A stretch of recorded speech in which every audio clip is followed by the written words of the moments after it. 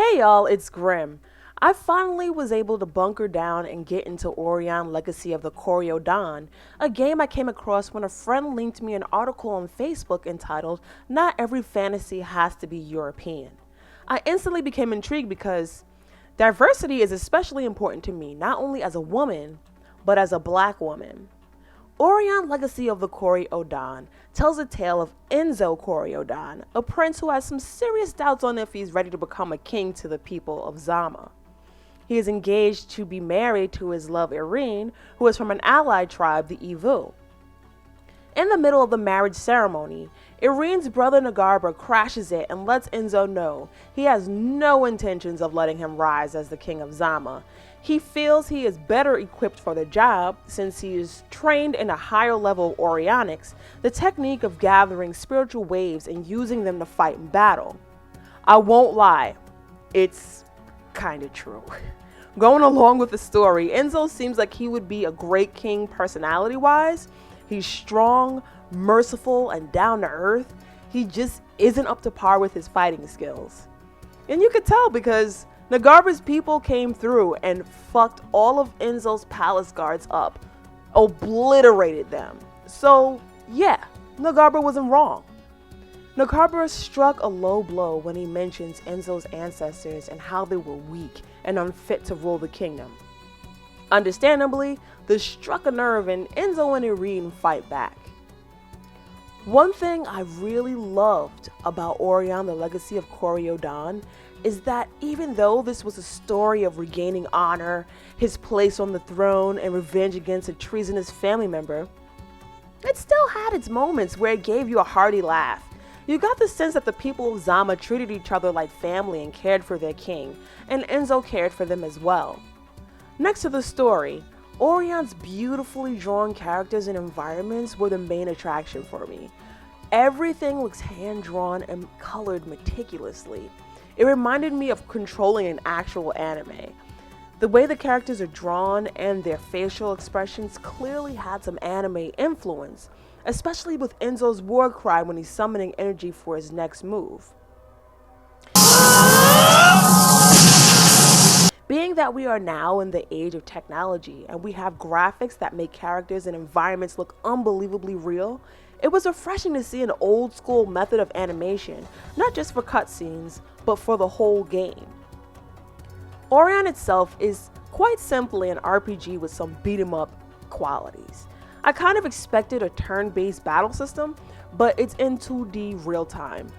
I would be pressed to say that Aurion is original in gameplay. It's not, and that's okay. Once I realized that Aurion had some beat 'em up aspects, I expected linear gameplay with little to no growth along the way.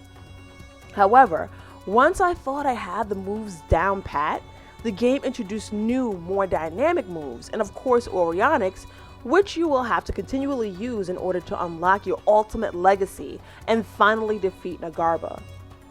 Although the game seems familiar in relation to beat 'em ups, one thing I did notice that was different was how the game allows you to use another character. For example, once Erine enters battle to help heal while you're fighting, you don't have to wait for a set amount of time in order to use her healing powers. Like Enzo, she has a HUD that tells you which buttons to press to execute special moves.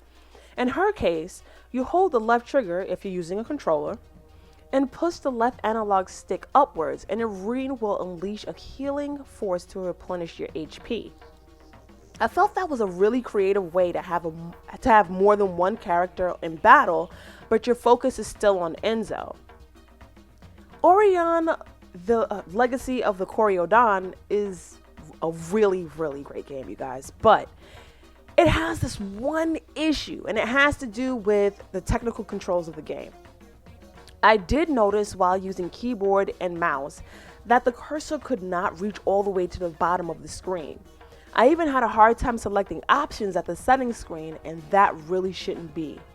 Thank God Aurion had a controller option that worked as soon as I plugged it in, otherwise I wouldn't be able to play. So if you don't have a game controller, be aware that you may come across this issue. In the end, Aurion Legacy of the Kori-odan is a visually stimulating game and a familiar story with a twist.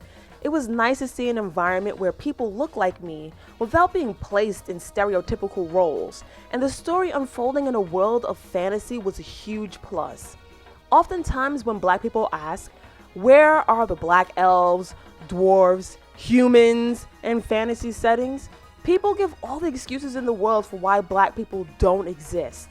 It is simply unrealistic to have black people in a world where wizards, dragons, fairies, and the like exist. I am overjoyed that Aurion Legacy of the Kori-Odan made a splash on the scene like it did. Perhaps now that we have one more positive representation in the gaming world, it will encourage other black developers to create games of our own instead of having to ask to be included. Thanks everyone for watching. If you enjoyed this review, please hit that thumbs up, and if you'd love to hear more about great indie games, don't forget to press subscribe. Bye! Phreaker.